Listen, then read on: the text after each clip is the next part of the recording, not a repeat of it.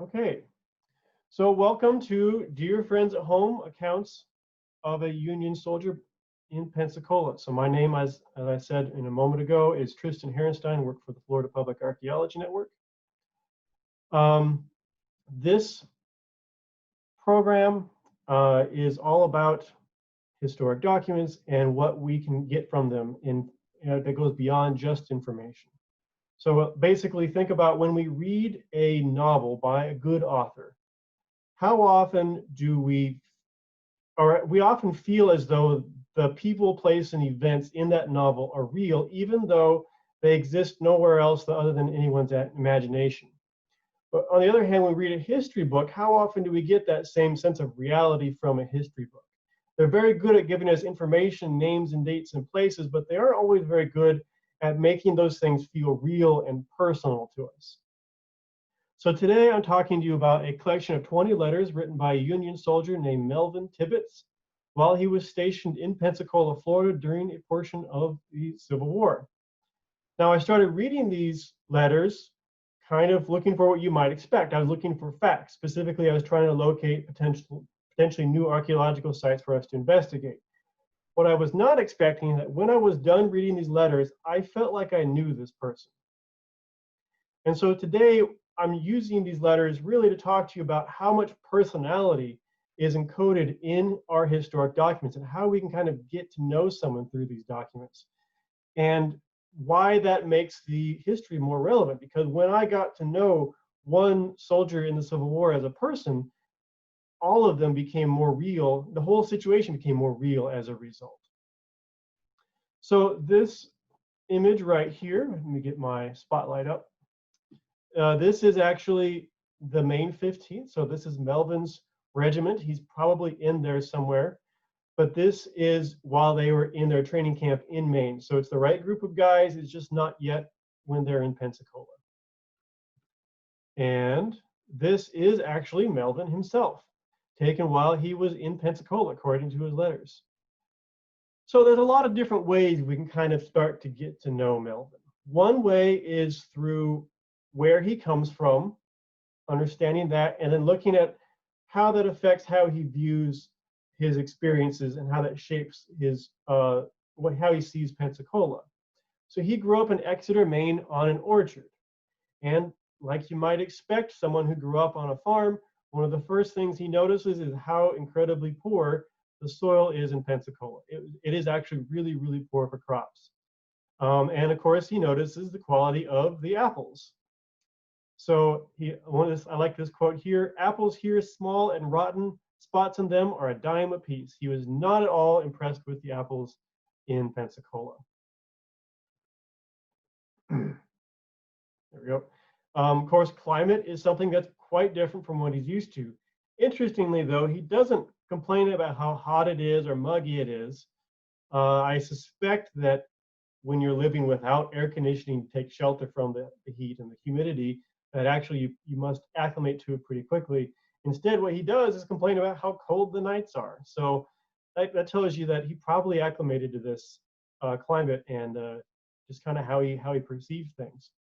So the rest of the photos that you're going to see today are actually taken by a Confederate officer during the standoff between the Union-held Fort Pickens and Santa Rosa Island and the Confederate-held mainland. So this is actually taken from the lighthouse that still stands at the Navy Air Station today. Looking across the bay, this is Fort Pickens right here, still there. And right out there, you can actually just make out the silhouettes of the blockading Navy fleet. So these photos are really cool. Melvan was not here at the time of these photos, but it is the right setting, so I like them a lot. Insects, of course, are another thing that's going to be a little different from what he's used to. Interestingly, again, he doesn't really complain about how awful all the mosquitoes are, but what he and every other soldier I read about does complain about is the sand fleas. And so these are essentially sizable little insects that inhabit beaches, and basically you have a regiment of men come on and camp out on the beach, and probably hygiene's not at the best right there. And the sand fleas just think the buffets rolled in. So they just swarmed these camps. Every single soldier I read complained about these things. Also, another story that just kind of a fun little thing that shows you how he sees things, how he experiences things. They were actually, when he was there, for most of the time he was there, they were actually in Pensacola. They were occupying Pensacola, and they were actually stationed in houses and warehouses and things that were abandoned. So in this one case, they were in a warehouse, and the warehouse flooded, and because it flooded the floor, it drove all the insects up into their beds. So just kind of gives you an idea of what he was going through, how he viewed things, how he dealt with things like that. Another thing that's going to be pretty dramatically different are the plants and the animals. In particular, he was very enamored with the magnolia. And I like this quote. It grows some of the prettiest flowers I ever saw. They're as large as a small pie plate and look very much like the white poppy and smells the prettiest I ever smelled. He actually gets a little bit unusually poetic about these, and he writes about them a couple times, once to his family and once to his sister. So it's just kind of fun to read how amazed he was by these, how enthusiastic he was. Now, as far as animals go, I'm actually going to read you a snippet from one of his letters. And so while I read this, follow along if you can, but I want you to think about two questions. Firstly, see if you can guess what the animal is. At the time he's writing this, he doesn't know, though he does come up with an idea. He does decide what he thinks it is later. At the time he's writing this, he doesn't know. Also, while I'm going through this, think about why he's telling this story the way he's telling it. This is to his audience at home. So, you know, think about the purpose of the story, the tone of the story. Why is he telling this the way he's telling it? So be ready to type that up in chat for me so you can give me your answer if you want to participate. Okay, so starting up here at all night. All night we heard a cracking around our feet, but stood our feet till 12 when he come down in the low place where I stood, and I heard him apparently creeping up towards me. I stood still, the bushes were so thick that I could not see into the bushes one might, and all at once he made a leap and struck within 4 feet of me, I believe.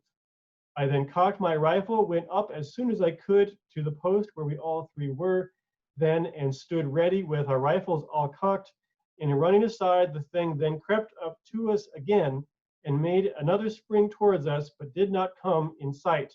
And of the bushes we stood a while and heard no more of him till most 4, when we just had the glimpse of him going round a turn in the road. I hope I shall get on guard soon again on picket, for I want to put an end to whatever it is. Okay, so now think about those two questions I asked, but because there's always a third question that comes up when I read this. This right here, this wheel thing is actually a sketch of a cannon he's drawn the other side of the letter that's bled through. Okay, so first question, what animal do you think it is? He has his best guess, and I think he's probably right, but that's not 100%, so there's not exactly a perfect answer. Croc or a boar? Yep, I've heard both of those. I've had someone tell me I'm wrong and they think it's a boar, so that is definitely a possibility. What else? Any other thoughts? What might tend to do some pouncing? Sounded like that was stalking and pouncing, maybe. Panther. That's what he does later in a later letter is talk to some locals and find out there's panthers in the area. He says, aha, that must be it. And I think he's probably right, although there are certainly other cases you could argue. So now what else? The second question, why is he writing this letter to the way he's writing? This is to his family at home again. What is the tone of this letter?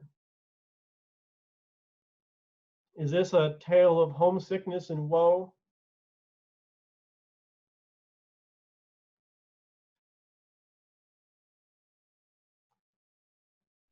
Adventure. Yeah, this is an adventure story, isn't it? You can definitely tell some of his letters, and you'll see examples of that later on. He is not in the same kind of mood. But in this case, he's in what I like to think of as adventure mode. He is telling his grand stories, his adventures in strange places to his audience at home. And there's more than a sense of bravado, especially in that last line there. Hope I shall get on guard soon again on picket, where I want to put an end to whatever it is. I love that last line. So this brings up one of the key points we want to make sure we're aware of when we're reading historic documents, or really anything, but historic documents in particular. Who's doing the writing? Who are they talking to? Why are they telling the story? And how might those things influence the accuracy of the storytelling? So if he's telling an adventure story, what's the probability that he might be hamming up a little bit? If he experienced this on his own in the dark, what's the probability that maybe it was just a a boar, something he was familiar with, or an armadillo, and he interpreted it as something big and after him? So it's questions worth asking. From what I have been able to figure out, having studied Melvin and being able to check his accuracy when I could, I think he's pretty literal. He pretty much says more or less what happened, although it's always worth asking these questions. And so when we look at the writing itself, we may notice a few things. I've had people tell me that it's good handwriting, and it's not bad, but I think it's easier to follow along than it is to read this from scratch sometimes, because he can be challenging to read. And you'll see examples of that where it gets more extreme as well. But you may have noticed some other things too. For example, he has some consistent misspellings. I heard it's the wrong H-U-R-D, so he's spelling it phonetically instead of H-E-A-R-D. He does occasionally misuse words. I could not see into the bushes one might. And probably one of the most difficult aspects of his writing is he tends to treat punctuation as optional. And this can make him really challenging if you're having trouble following along what he's talking about. And then he shifts subjects without any indication he's shifting subjects. And even in some cases, he'll go back to the original subject, no punctuation involved whatsoever. So that can make him really challenging. And all this together tells us a bit about him. For one thing, it tells us he's not highly educated. He is educated just by being able to read and write in this time period. But when you compare him to like people who are really highly educated, the distinction is pretty clear. And before everyone starts to get upset with me, I'm not picking on Melvin here. I like Melvin. I really like the guy. This is just who he is, and looking at him as he is kind of what we want to shoot for with these things. And these little quirks in his handwriting really do lend towards a sense of getting to know him. When first time I come across heard, if I'm having especially trouble following along with the rest of the story, I see H-U-R-D, H-A-R-D. Is that supposed to be an A? Is that a lurd? Is that an L and an R? First time you come across it, maybe you don't get it. And you see it a couple more times, and then finally you get it in a context like, oh, heard. That's how he spells heard. Now every time I see it spelled that way, I know that's how Melvin spells it. And so those things really are starting to get to understand, feel like this, like when you get to know someone's personality, you'll know how they react to certain things or certain ways of talking, that kind of thing.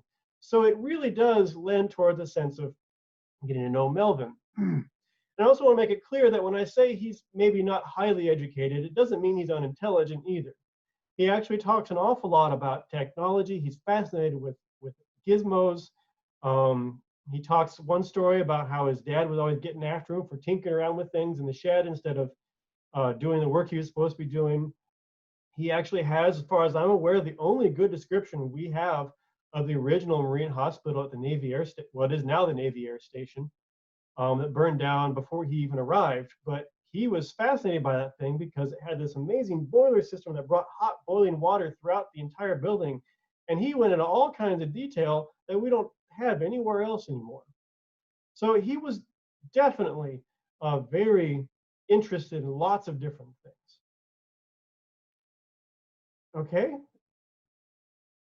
so moving on, another way we can kind of get to know Melvin is in the types of activities he describes and how he describes them. So one thing he talks a lot about is picket duty. And so this is essentially standing on guard. And while they were in Pensacola, it wasn't a very defensible location. So actually they were on picket duty quite a lot. It was fairly intense. And what they would do is they'd go out in groups of 3. One man would stand watch away from the other 2. One man would sleep and one man would sit awake with a sleeping man, and they'd rotate that way. So in the story you just read, that was picket duty. And he was the one on watch alone when the panther or whatever started going after him, and he went back to the other 2, and nobody got much sleep that night. But it lends a lot to what he's going through and what he's experiencing. He's always talking about, you know, I just came off duty, I'm really tired, or I have to end the letter here. A letter came in while I was on duty, that sort of thing. It gives a lot of context to his letters. This photo in particular is another one of my favorites. This is also taken by the same officer from the lighthouse again, facing a different direction. So here's the bay over here. And this right here is Fort Barrancas. And that right there, that's the Marine Hospital I just told you about. Whoops. If you look at historic documents or people talking about the old Marine Hospital, they're actually talking about the hospital, usually they're talking about the hospital that followed this one, because this one was not up for very long before it burned down. So this is great because Lighthouse, Barrancas, it tells us pretty clearly, at least in a line, where that hospital was. It also potentially gives us some ways we can line up some of these camps as well. So it's just a cool photo. So another thing he talks about quite a lot is cooking. So like I said, they were stationed in abandoned houses and things in Pensacola. And so he was actually chosen by the men in his house to be their cook. And he was so proud of this. He was just over the moon that he was picked to be the cook. I think it was partly because he didn't have to go on picket duty so much, but he also was just very proud of that kind of vote of confidence. So I like these statements. I mixed my dough, D-O-E, and baked 2 batches as nice looking biscuit, about as I used to get at home. Down here, the boys like my cooking first rate. And so it's really just kind of endearing to hear his enthusiasm for cooking.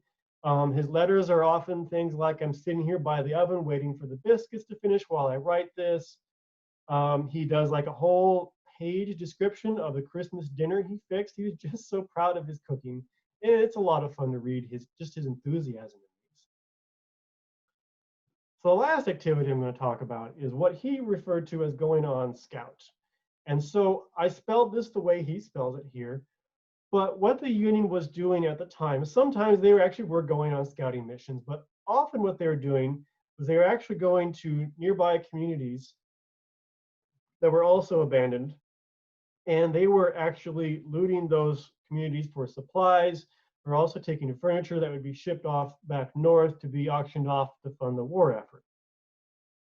And so here is actually a perfect example of why you want to be careful of who's doing the writing and who they're talking to when you're reading any document, especially historic ones.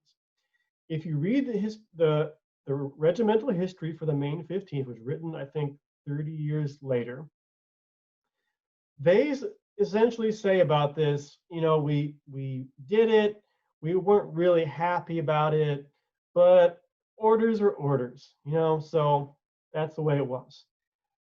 Where you read Melvin's account of this, and he says, I got some books and I got some music and I got some gifts to my brothers and I can't wait to go back and get more. He had no problem with this and no problem with helping himself to things while he was doing this. And you know, frankly, I suspect that his account is probably a lot more honest than the official regimental history, which written years later.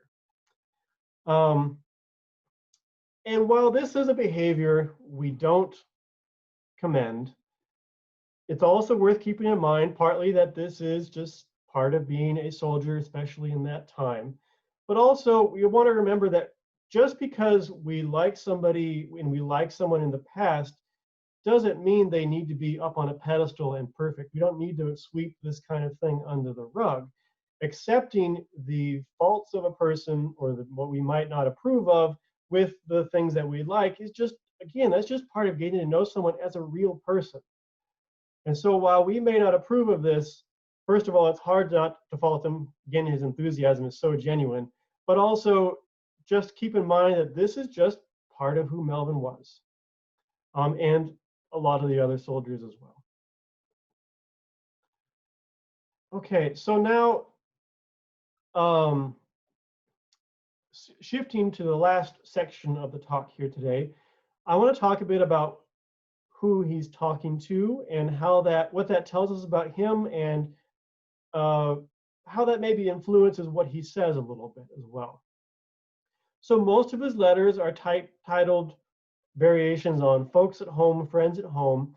And when he's writing those letters, he's talking to his mother, father, and his two younger brothers. And I think sometimes his sister is at home, but I think sometimes she's elsewhere because he writes her a couple letters directly too.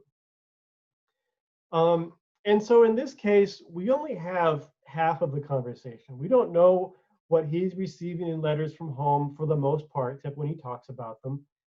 We don't know exactly what is being said to him, but we still get glimpses of relationships.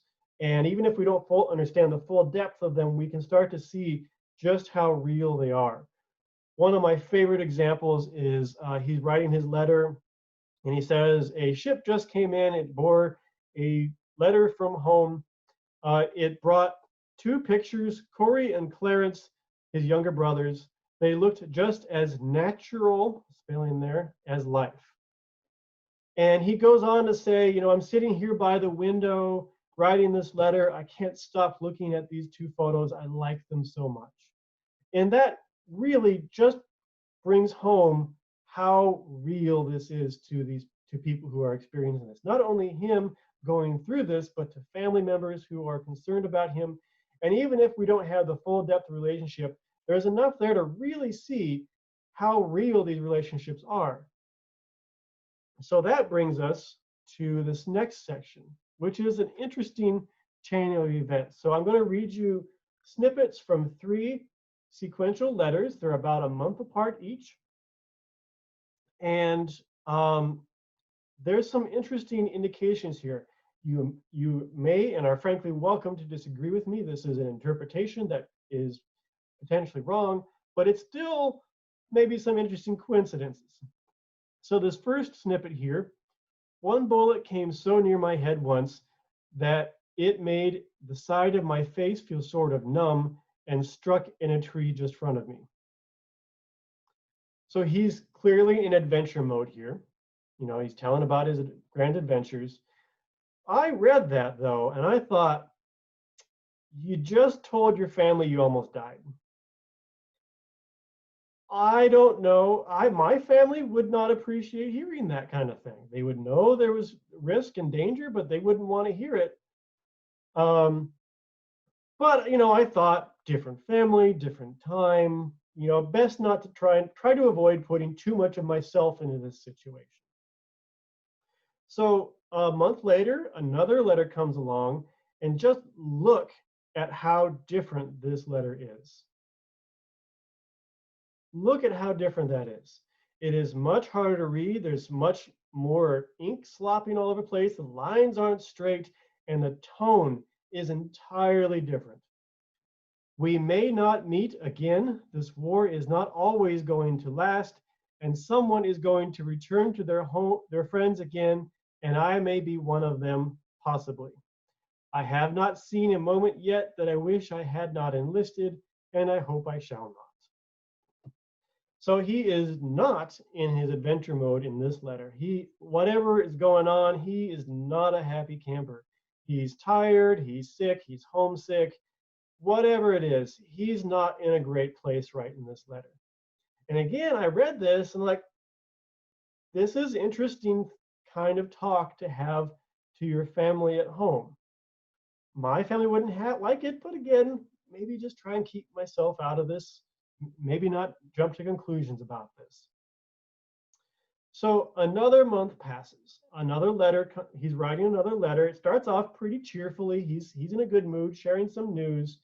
And there's a line break, which is typical for when he is actually taking a break for a meal or going on duty. He comes back and he starts up and says, a ship just came in. It brought a letter from home. It had a photo of mother and father in it. Mother, you look poorly. And the whole rest of the letter is, don't worry, don't worry, don't worry. And I thought this sums it up pretty well. I hope you will not worry any more about me. All underlined or double underlined. Now, we don't know what was in that letter he said. We don't know what his mother looked like in that photo or without that photo. We don't know that this is a reaction to, or the letter he received was a reaction to either or both of these previous letters. But I have to wonder, if there are other possible interpretations, and frankly, they're all probably about equally valid. I just have to wonder if maybe he wasn't getting a response to what he was writing about. Interestingly enough, he doesn't actually say, I'm safe, which maybe he says is because it's not what what they were talking about, but or maybe because he knows it wouldn't be true. But he basically says things like, I'm not drinking, I'm not swearing, I'm not gambling, I'm going to church. Essentially, my immortal soul is secure, we're okay. So, it's just as valid to say that maybe his parents were hearing rumors of some misbehavior in the regiment or from Melvan, because, they all come from about the same town, same areas. So they're all kind of connected that way. So that's not impossible. But again, I just had to wonder, and no matter what the interpretation is, his reaction here at the bottom, again, helps to bring home the reality of these relationships. He's got someone at home. They're worried about him. Whatever that shape that takes, someone is worried about him, and it is important to him to reassure them. Okay, so I just thought that was an interesting chain of events there. So last thing I want to talk a little bit about is his older brother, Martin. And these letters are interesting because they have notably better handwriting, and they're actually a lot more formal in tone. Now, for examples, I've chosen some very clear examples. When you're reading through these letters all together, it's very obvious when you hit something that's very different. But when you're doing snippets, it's hard to really make that point clear. So I've chosen something that's really kind of the extremes, just so you can see it a little better. But first one here, 1 PS, you must excuse my writing, for I've had a hard week's work and my hand is not steady. 2 PS, perhaps if it was, it would be all the same. I like that he has little bits of self-deprecating humor in some of his letters. I always appreciate that. And as a side note, I think this was the first time I realized that that was how he wrote his twos, because I have never, ever seen a two like that before.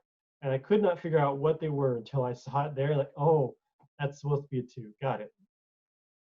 So the second snippet here is to his older brother. I guess I will tell you about the news we heard last night about Mobile. The news came last night that our fleet was bombarding Fort Morgan. So, question to you all, what do you think's going on? What might explain this change in his writing style? What might his relationship with his brother be like? Any thoughts on that?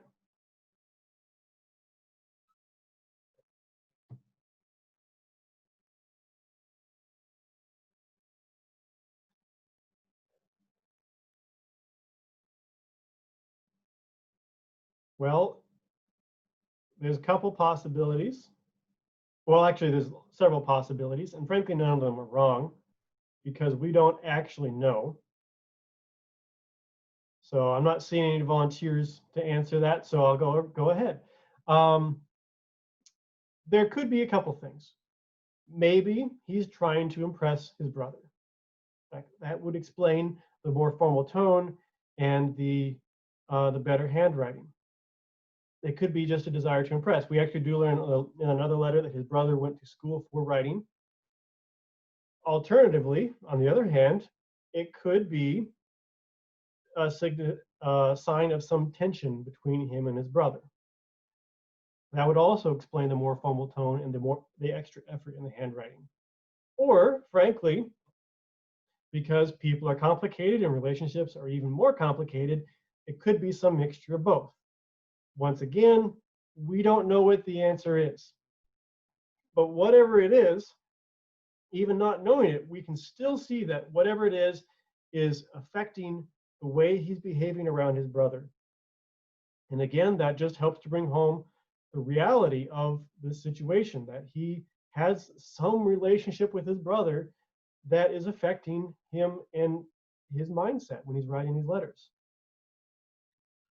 So there's Melvin once again, the full photo.